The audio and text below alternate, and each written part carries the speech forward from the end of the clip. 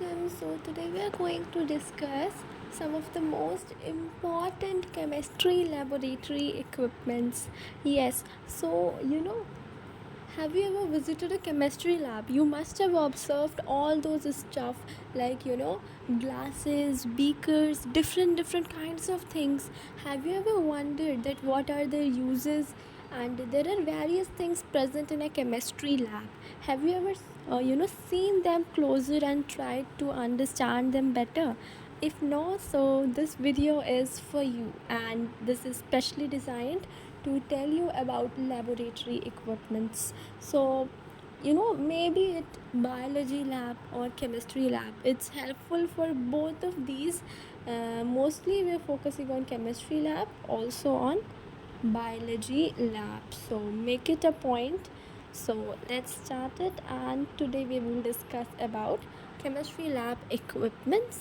So let's get in. So this is very essential and basics of chemistry, and we should know these things. So let's get started. And first we have beaker. We know beaker, right? Beaker is kind of a glass like, it's a glass kind of substance. It's a glass on which measurements are written. Okay, graduations are written on it. So beakers come in different shapes and sizes. Okay, this is a beaker. Basically this is called a beaker.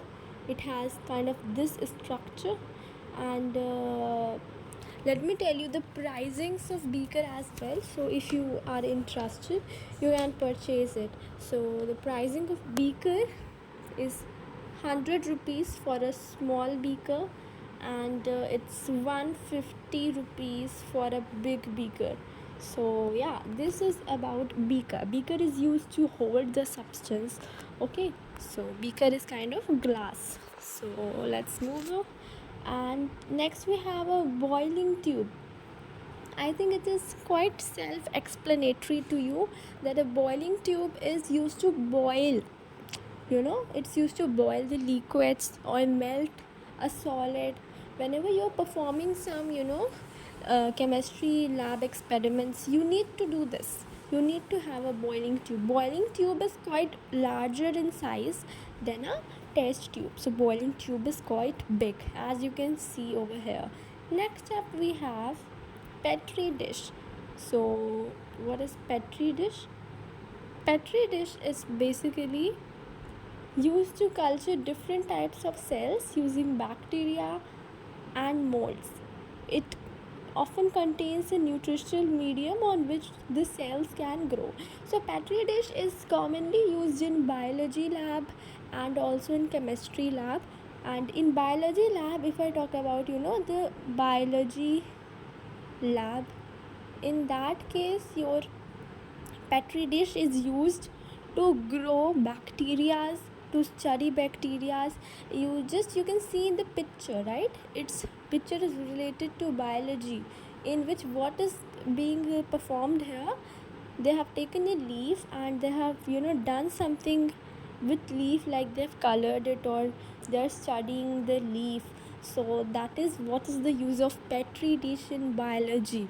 We can study organisms, we can study specimens in your Petri dish by providing them with nutrients and different things. We can put the food inside the Petri dish, and thus we can study the how organisms grow, how viruses, how your bacteria, not viruses but viruses are harmful to us. So bacteria and molds you can study. Okay, so now we are discussing the use of Petri dish from chemistry point of view. So from chemistry point of view, the use of Petri dish is it can be used to evaporate liquids to get residue. Sometimes it is needed to evaporate the liquids. Now we don't evaporate the liquids directly, we put them on a tripod stand and then we evaporate it. Now what is a tripod stand? It looks like this. I'll be telling you about it next up. So this is about Petri dish. Hope it's clear. So moving on to very important equipment, which is a glass slide. Glass slide is Very, very important. It is often used in biology lab.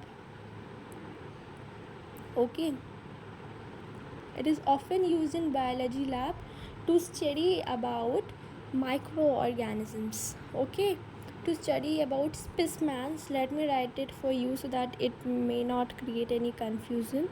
It is used to study specimen. Whenever you want to study, very little organisms, we use a glass slide to put those organisms on it. Let's suppose I want to study cells. So let's suppose it is a cell of an animal or cell of a plant.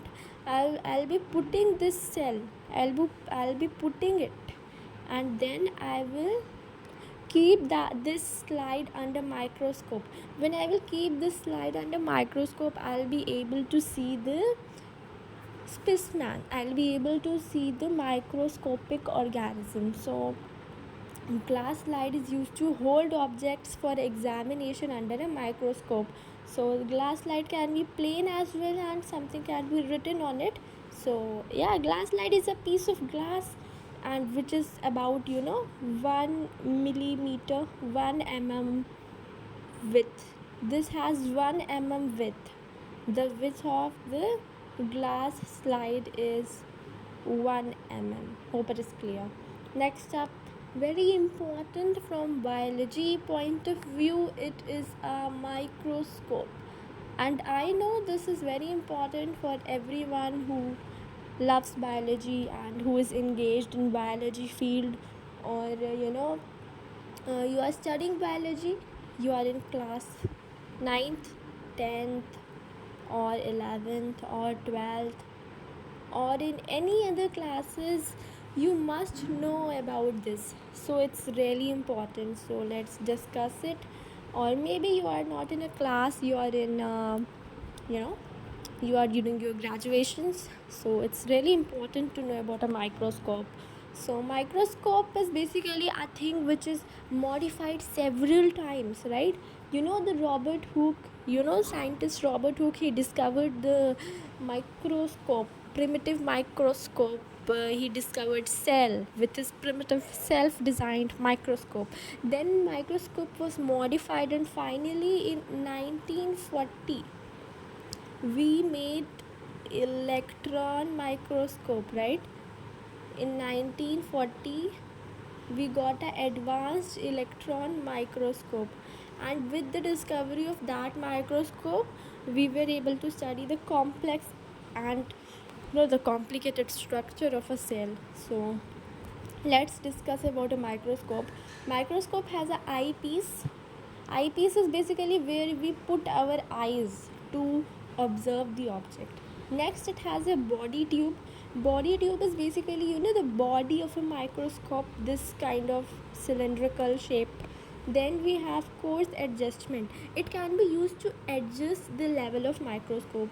Like you want the microscope little bit down, so you can use this coarse adjustment. It's kind of a knob. Okay, it's a kind of knob which you can use to adjust your microscope. Next we have objective lens. Objective lens is basically, there are three types of lens from which you can view your specimen from different angles. Next we have stage. Stage is where you put your specimen. Stage is a place where you put your microscopic organism or microscopic anything. Next we have arm. This is arm. It is also used to make adjustments. Arm is important as it supports the microscope. Next we have this base. Base is basically the base on which the microscope stands.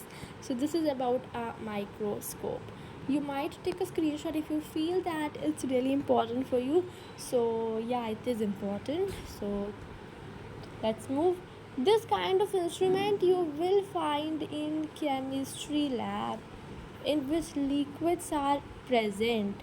This is very, very common in chemistry lab. It is a conical flask. This flask can be used to heat, can be used to hold. Let me write it. It can be used to heat, it can be used to hold and measure chemical liquid samples. Okay, so it is the use of conical flask. Wait a moment, I have to tell you something more. I have to tell about, round bottom flask. Round bottom flask. So round bottom flask is something like this. It looks something like this. You must have observed this kind of flask, right?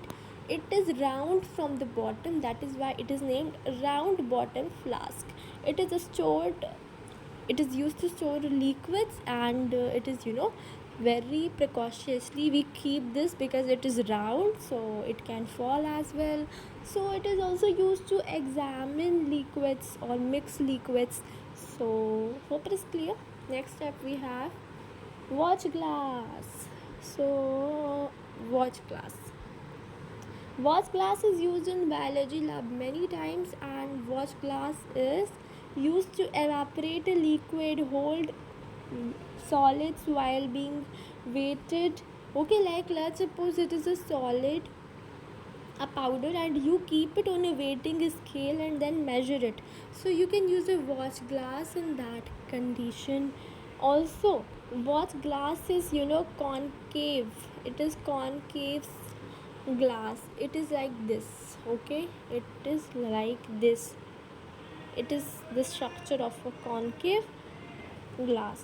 Next, it is, you can be used to heat amount of substance, and it can be used as a cover, to cover a beaker. It can be used as a cover for a beaker. Also, you can use watch glass to hold a specimen in microbiology. Next, we have a Bunsen burner. Bunsen burner is used for heating, sterilization, and combustion. Combustion means burning, so Bunsen burner can be used to heat up a liquid.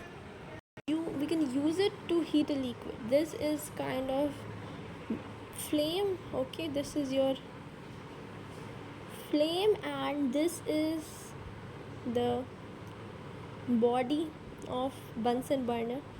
It is attached to a cylinder. Remember this point. It is attached to a cylinder. This is your Bunsen burner for heating. Now, how we use Bunsen burner? Before that, let me tell you about tripod stand and wire gauge. This is wire gauge, not wire gauge. It will be wire gauge. So what is the use of tripod stand? Tripod stand is like this. Okay, it is like this, on which we keep a substance. We can keep a substance on tripod stand, and this is wire gauge. Wire gauge is like that. It is made up of wires. It is like that. You can see in the picture, this is a wire gauge on which beaker is placed. So wire gauge is used to hold a chemistry equipment as well, and this is the whole function. You can place your Bunsen burner, you can place the tripod. On the tripod you can place your wire gauge, and on the wire gauge you can place your heating material, whatever you want to heat. So this is all about your chemistry. Next we have your test tube. Test tube is, test tube is used to mix the chemicals, hold the chemicals, and test tube is quite smaller. It is smaller than boiling tube. Okay, it is smaller than boiling tube. So it is clear to you, it is smaller than a boiling tube. Next we have test tube rack. Test tube rack can be used to keep the test tubes in order. It is really useful to keep everything in a place. So that is all about chemistry equipments. Hope it is helpful for you. Next time you are going to a chemistry lab, you know it all. You know what is kept in that lab, and it's easy for you. So this is very basic, you should know it. And now you know it.